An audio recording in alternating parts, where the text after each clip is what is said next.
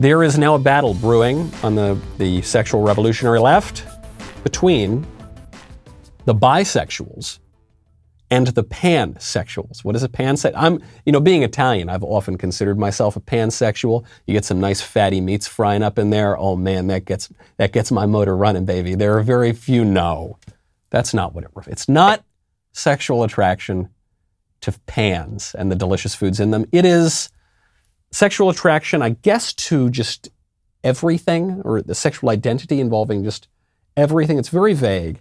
And this is offensive to bisexual people who actually believe that there is a gender dichotomy, right? There is men and women, and those are the two things. There's now more than two things.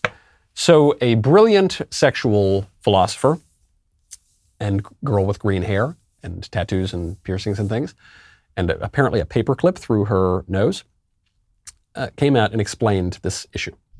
Guess what, my patience has run out. Pansexuality is not inherently biphobic. They are both valid sexualities, both of them. And while yes, I have seen pansexual people use that label for questionable reasons, they pretty quickly get it once you explain things to them. They do. And not only that, but do you know who likes to use specific or micro labels? Neurodivergent people. Sometimes we just have to do whatever we can to feel safe and comfortable. And using a more specific label can be our outlet for that. If you took all that energy you spend calling people biphobic and saying they're performing bi-erasure and just educated them, there would be less biphobia. There would be less bi-erasure. Because you've explained it and people will know the difference. I've had it with you guys. Jesus Okay, I've only got a couple minutes here and I've got to process that and try to explain it. She's obviously wrong about everything here, but I think what she's trying to say is that the pansexual people and the bisexual people have totally different views of the world. They're completely incompatible and contradictory. But actually that's not a problem because we're going to tolerate all of these things. And we're going to add another complication here that neurodivergent people, which is, I believe it's a euphemism for people with autism. I could be wrong, but it refers to people who have sort of quirky ways of seeing the world.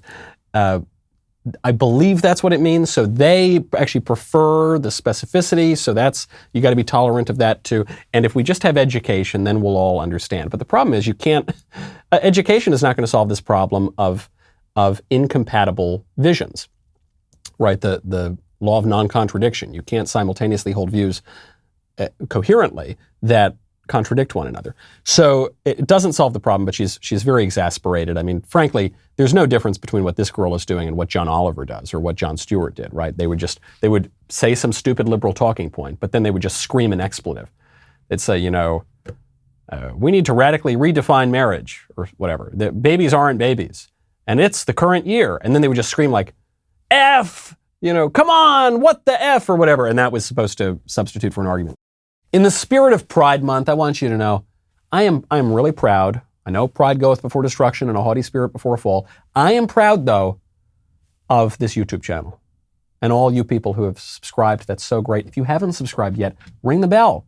Subscribe, get the notifications. Head on over also to the audio podcast at Apple Podcasts, Google Play, Spotify, Stitcher, I don't know, we're at MySpace, Zanga, LiveJournal. Subscribe there too. Please leave a 5-star review. We'll see you next time.